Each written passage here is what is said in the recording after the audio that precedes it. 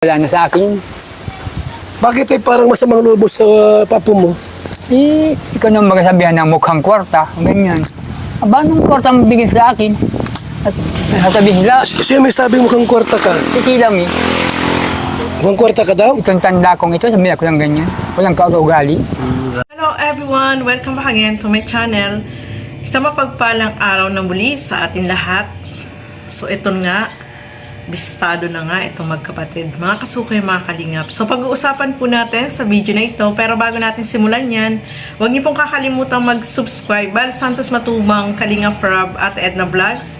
At support niyo rin po yung aking YouTube channel, Gandang Emmy, sa mga hindi pa po nakapag-subscribe dyan. Please subscribe and please hit the notification bell para lagi po kayong updated sa aking mga ina-upload na mga reaction video. So ito, panoorin po natin. Alam mo ba yung dahilan bakit binawi ni Jun A yung kalahating milyon na sana pabahay nila Erika kay Kalingap Rob? May alam ka doon na kwento? Doon po sa pagbawi po ni Sir John A, hindi ko po alam kung saan po napunta yung pera. Kasi magkausap na po sila ni Sheila May. Okay. Opo. Ibig sabihin, mayroong malaking factor si Sheila May kung bakit binawi yung pera kay Kalingap Rob para sa pabahay ni Erika. Opo, kasi ganito, kasi parang kasi ganito po kasi nung pag po binablog po sa Erika sa kanya pong pabahayan. Itong Opo, pina-Erika. wala po diyang sabi po ng mga ilabers sa kanilang pabahay. Kay Sir John A, Okay. pati mga gamit ng bahay. Okay. So, ibig sabihin ngayon, may bahay na si Erika. Opo. Sheila May kumpleto ang gamit. Okay. So, ang nagpabahay niyan, si Jun A, Si Sir John A, hindi ang ilabers. hindi po. Hindi ang ilabers. Inaangkin lang po ng mga ilabers. Inaangkin nila na sila Kaya nagpabahay sila niyan. nagagalit kasi ayaw nilang mailabas ang totoo. Ganun ba? So, alam mo yun yung kwento Alam ko. tungkol dyan. Kasi naririnig-rinig ko din po. Kasi iisang bahay lang naman po kasi kami dito. So ayan nga, malinaw sa atin lahat, mga kasukay, mga kalingap, na itong si Sheila May ang may connection dito kay Sir John A, mga kasukay, mga kalingap, no? So sila ang nag-uusap kung ano yung mga plano at bakit nakuha.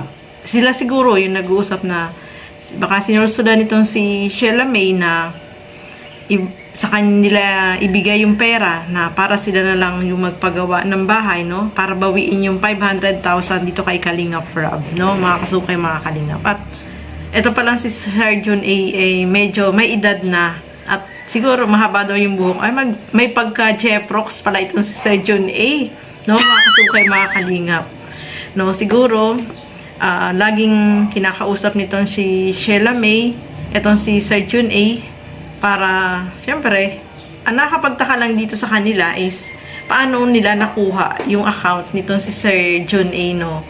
So, siguro hinanap nila or may ibang nag-connect sa kanila para makausap nila itong si Sir John A, mga kasukay, mga kalingap, no? At, ang ito pa, no? Kaya nagagalit daw itong mga e-lovers ay inaangkin nila na sila yung nagpagawa. Siyempre, itong tita, hindi naman, alam naman niya ang katotohanan na ang nagpagawa ay si Sir John A. So, ayan, nabulgar na nga na si Sir John A talaga yung nagpagawa ng bahay at walang man lang nagastos dyan ang e-lovers. Kahit daw sa gamit ay puro si Sir John A lang ang gumastos at nagpagawa nun. Kaya, eto nga, nabibisto na sila, bistado na sila.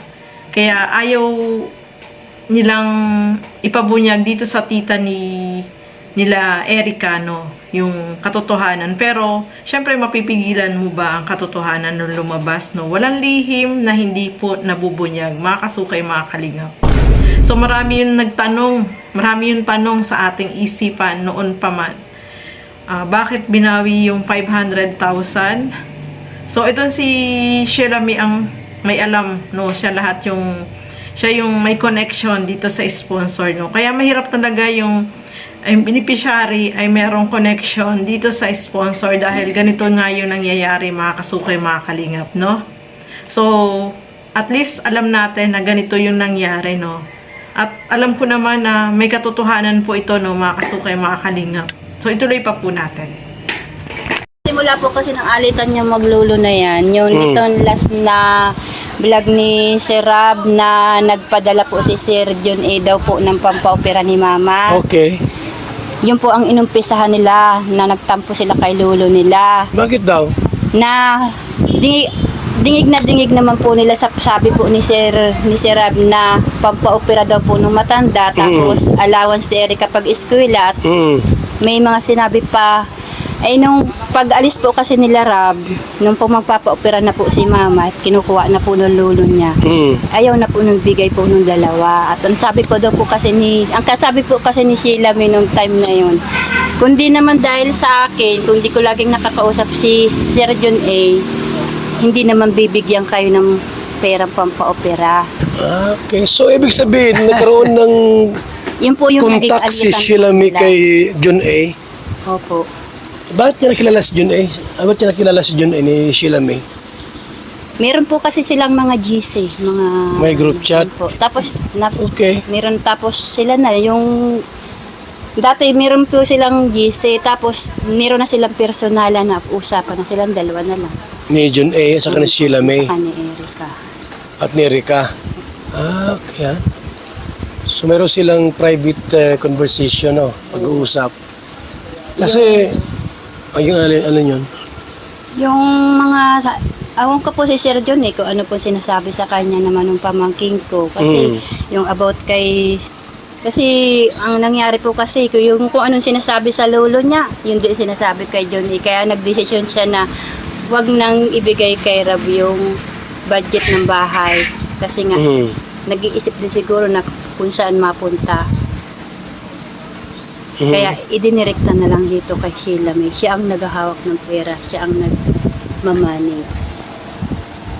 So, hindi totoo tayo na meron kang pera na natanggap buwan-buwan? Ay, wala po. Wala talaga? Wala po. So, maliwanag po mga kalingap na walang tulong si John A.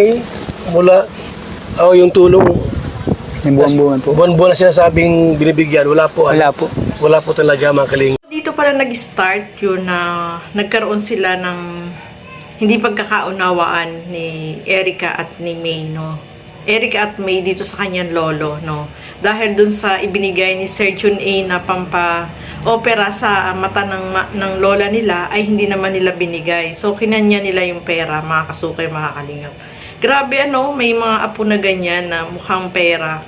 Nang dahil sa pera ay yung sarili nilang pamilya ay kinakalimutan nila, mga kasukay, mga kalingap. Mukhang pera sila, no? Kung titingnan mo, lalo na si Erica, mga kasukay, mga kalingap, ang hinhin niya magsalita, no? Parang hindi makabasag pinggan, pero nasa ilalim pala yung kulo. At etong si May, siya yung nakikipag-usap dito sa sponsor, no?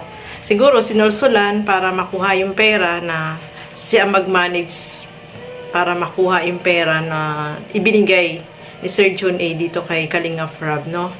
Ganun nga yun, mga kasuki, no? At meron pala silang GC at personal din na nakikipag-usap itong si May dito kay Sir John A, mga kasuki, mga kalingap, no?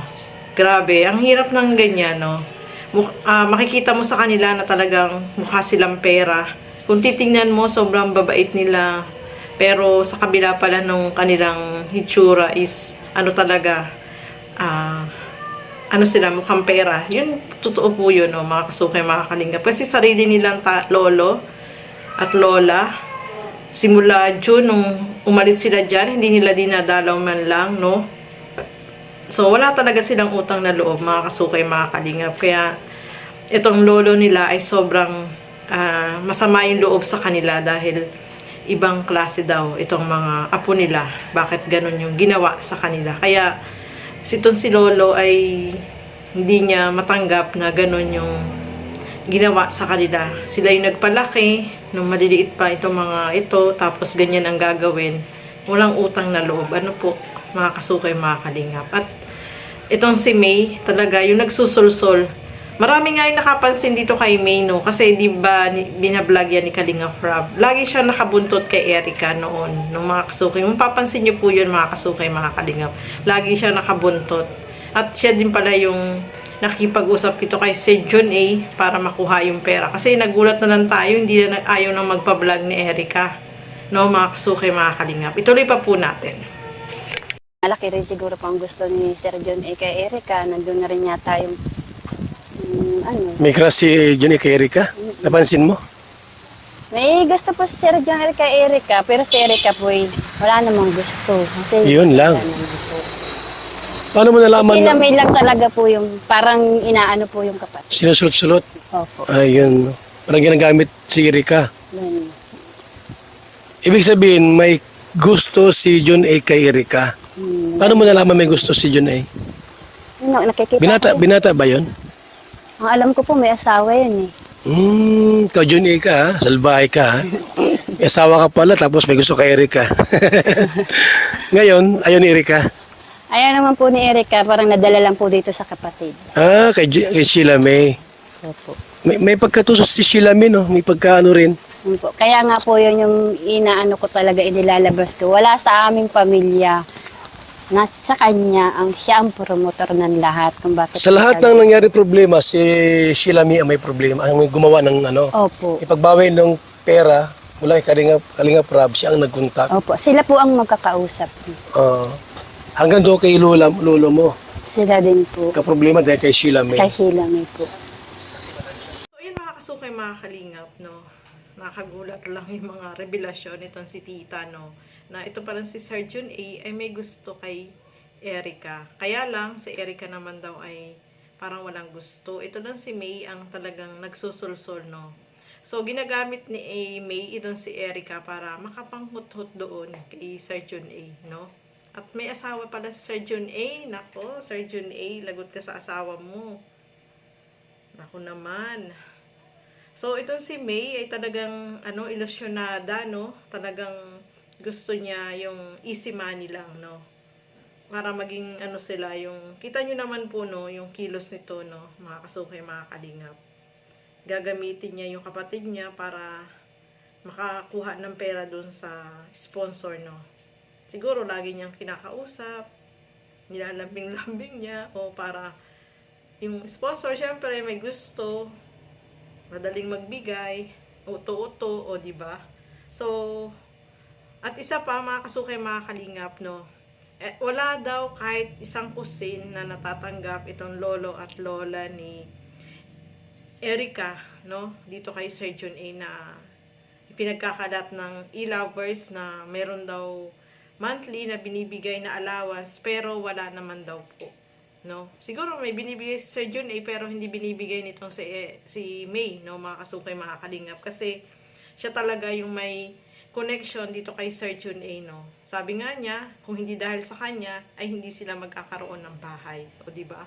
So sinusulan niya yung sponsor, winakwak siya, inano niya yung sponsor para makuha yung ibinigay na pera, no? Para siya yung mag-manage, no? Mga kasukay, mga kalingap. Kaya, ayan na, lumalabas talaga yung katotohanan, mga kasukay. Walang lihim na hindi po nabubunyag. Yun po yung totoo.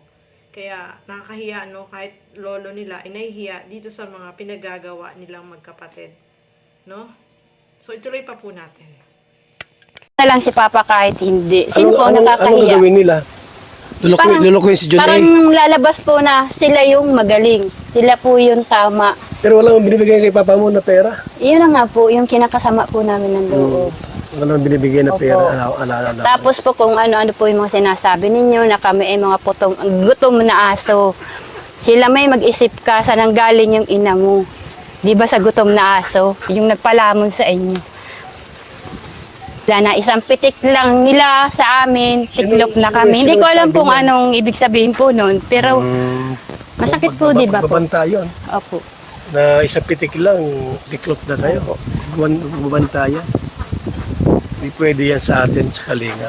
Kaya po ako naglakas ng loob mag-video nun kasi gusto ko pong malinawan ng mga taong naniniwala na si Papa po ang masama nung time na nag-ayaw sa Erica. Hindi po. Si Erica po ang may gustong umayaw.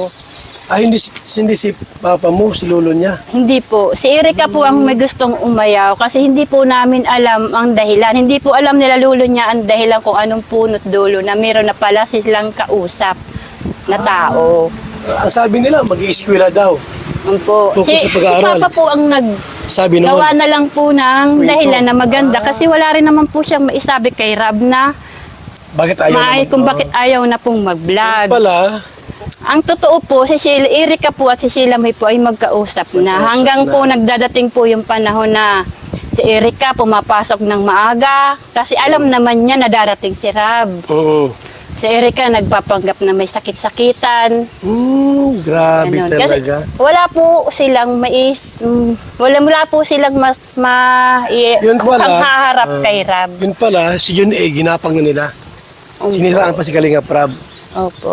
Ganun po yung nangyari po doon sa tatlo kay Papa po. So, ito mga Kalingap, no, maliwanag po sa atin, hindi sila may problema dito, kundi yung magkapatid, yung team, na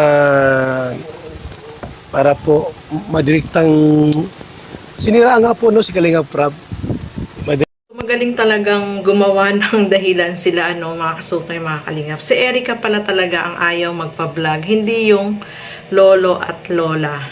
Nagdahilan lang itong si lolo at lola na mag-aaral, magpupokus sa pag-aaral itong si Erika dahil yun, busy nga naman sa pag-aaral. Pero ang totoo pala nun is sila pala yung gumagawa ng paraan para hindi si ma-vlog itong si Erika. Nagsasakit-sakitan, no?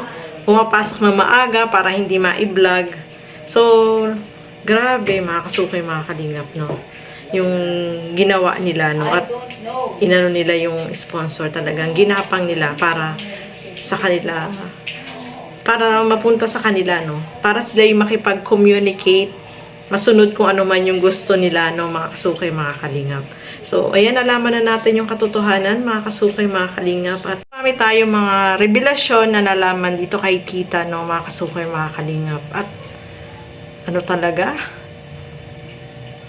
Mukhang pera. Ito lang yung masasabi ko. Mukhang pera lang po talaga sila, no. Mas hinangad nila yung pera. Ang ganda-ganda ng sa kalingap, no.